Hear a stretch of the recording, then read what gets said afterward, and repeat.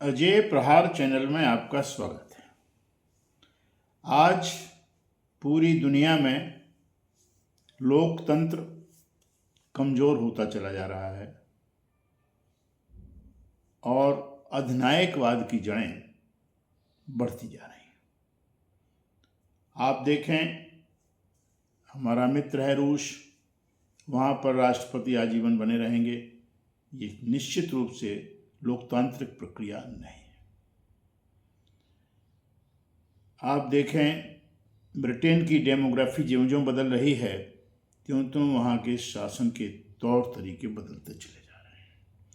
Ukraine और रूस का युद्ध, आज संयुक्त राष्ट्र कमज़ोर हो रहा है और इसलिए उस पर कोई रोक नहीं हो पा रही है।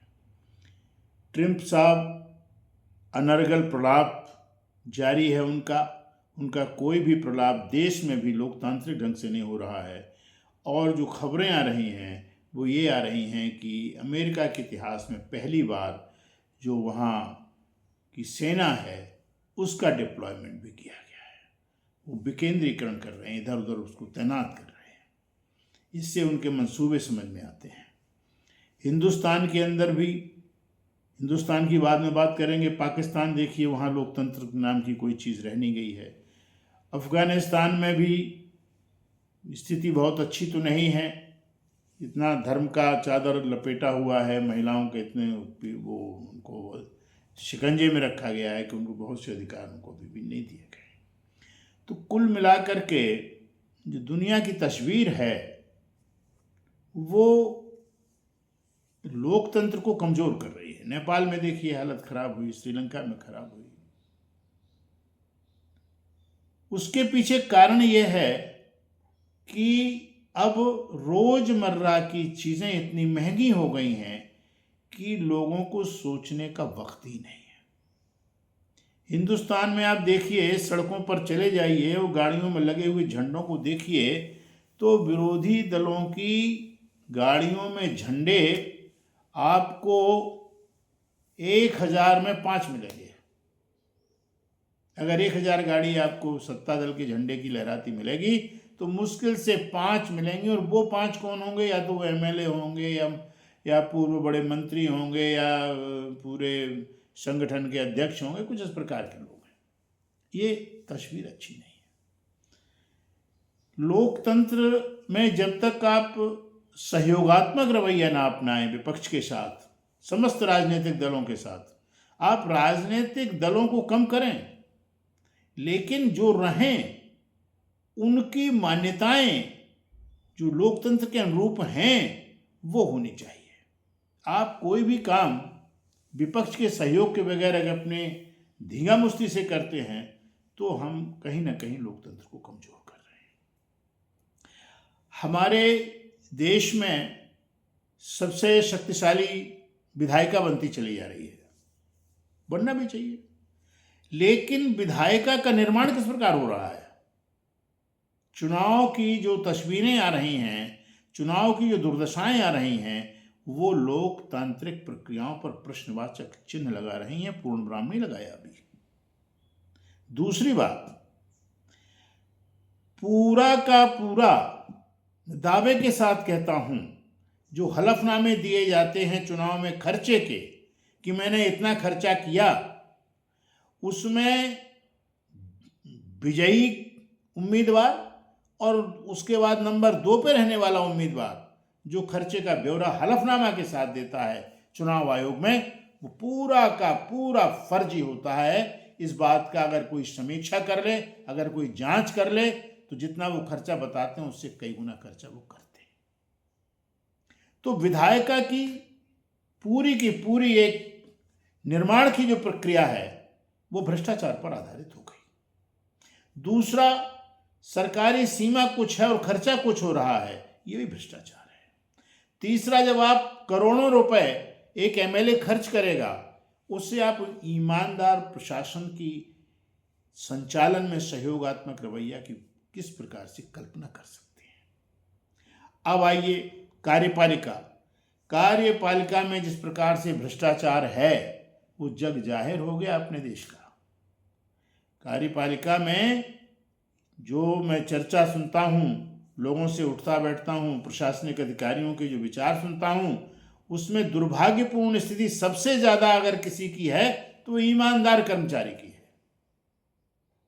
आज कार्यपालिका में पद, प्रतिष्ठा और धन, उसके लिए कितना गिरना पड़े, कितनी चाटुकारिता किसकी करना पड़े, लोग तैयार बैठे। तो कार्यपालिका भी नंगी है। अब आइए न्यायपालिका। तो न्यायपालिका अगर एकाध फैसला दे देती है सत्ता के खिलाफ, तो अब एक नया सिस्टम आ गया जो इसके पहले नहीं था, सोशल मीडिया में उसको ट्रोल करेगी रूलिंग पार्टी की सेना, जो ट्रोल सेना बना ली गई है वो। तो हम न्यायपालिका को भी कमजोर कर रहे हैं। कॉलेजियम पर उंगली न्यायपालिका पर उठा रही है और कॉलेजियम को भीतर से नियंत्रण सरकार कर रही है। पूरी तरीके से न्यायपालिका कॉलेजियम के लिए जिम्मेदार हम नहीं मानते, क्योंकि सूचियां, अनुमोदन ये सब सरकार करती है, तो ग्रिप तो सरकार की है। तो हमारे तीनों के तीनों अंग की जो दशा है, जो दुर्दशा है, उसे लोकतांत्रिक नहीं कहा जा सकता है। अब इसके बाद आइए चौथा, जिसे हम पत्रकारिता कहते हैं। ये संविधान द्वारा पोषित या संविधान द्वारा संरक्षित कोई ऐसा स्तंभ नहीं है जिस प्रकार से विधायिका, कार्यपालिका और न्यायपालिका है। ये स्वयंभू है, अपने बल पर उठा, और धीरे धीरे धीरे धीरे इस पर पूंजी का प्रभुत्व बढ़ा, और पूंजी का प्रभुत्व बढ़ते बढ़ते बढ़ते बढ़ते इसके मालिक पूंजीपति हो गए। और जब इसके मालिक पूंजीपति हो गए तो पत्रकारिता तो एक मुखौटा है, और उनका बड़ा काला व्यापार पूरे देश में फैला हुआ है। और इसलिए वो सरकार को जब साष्टांग हो जाते हैं तो वो अपने कर्मचारियों को इस प्रकार से निर्देश करते हैं, कैसा एडिटोरियल लिखोगे, किस प्रकार की हेडलाइन बनेगी। आज वो मानदंड कहाँ चला गया जिसमें 40% कवरेज विपक्ष को मिलना चाहिए? नहीं है। संविधान की अगर बात करें तो सत्ता की होड़, सत्ता का पकड़, ये सब तो चल रहा है, लेकिन जो स्वतंत्रता संग्राम सेनानियों ने उस समय मांगें रखी थीं, उन मांगों को संविधान में नीति निर्देशक सिद्धांतों के माध्यम से रखा गया था। वो नीति निर्देशक सिद्धांतों पर आप कहाँ चल रहे हैं? हम अमृतकाल मना चुके, अमृतकाल, जय जयकार, हमारा लोकतंत्र महान, ये नारे लगा चुके आप, लेकिन नीति निर्देशक सिद्धांतों में आप कहीं आगे नहीं बढ़े, कहीं आगे नहीं बढ़े। आज इस देश को आवश्यकता है कि आप समान नागरिक संहिता लाएं, बहुत आवश्यक है। आज इस देश को बहुत आवश्यकता है कि आप जनसंख्या नियंत्रण पर कार्य करें।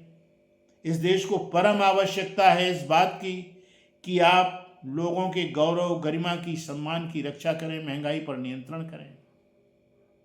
और बहुत आवश्यकता है इस देश को कि आप रोजगार का अधिकार, लेकिन वो अधिकार नहीं जैसे आपने शिक्षा का अधिकार अधिनियम दे करके और शिक्षा को डामाडोल कर दिया। आज सरकारी विश्वविद्यालय कम होकर के प्राइवेट विश्वविद्यालयों की संख्या ज़्यादा कर दी और हम शिक्षा के अधिकार का ढिंढोरा पीटते हैं। ये दुर्भाग्यपूर्ण स्थिति है। तो सबसे बड़ी आवश्यकता आज ये है कि संविधान में आप अल्पसंख्यकों को परिभाषित करें। अगर केवल आप अल्पसंख्यकों को परिभाषित कर देंगे तो करोड़ों का बजट आपका बच जाएगा। ये तमाम चीज़ें जो लोकतांत्रिक होनी चाहिए वो हो नहीं रही हैं, और जो नहीं होनी चाहिए वो हो रही हैं कि आप ईडी, सीबीआई और अन्य एजेंसियों को अपनी मर्जी से चला रहे हैं। किसी ने एक छोटा सा बयान दे दिया तो आपने दंड से उस पर ईडी लगा दी। अगर आपको दल बदल कराना है तो बस चुनाव हुआ और इसके बाद जो लगे करके आपने अपना, तो ये दल बदल पर प्रतिबंध होना चाहिए, एक बहुत अच्छा कानून आना चाहिए, तब वो लोकतांत्रिक काम हो। तो हमारे यहाँ लोकतांत्रिक कार्य बंद हैं।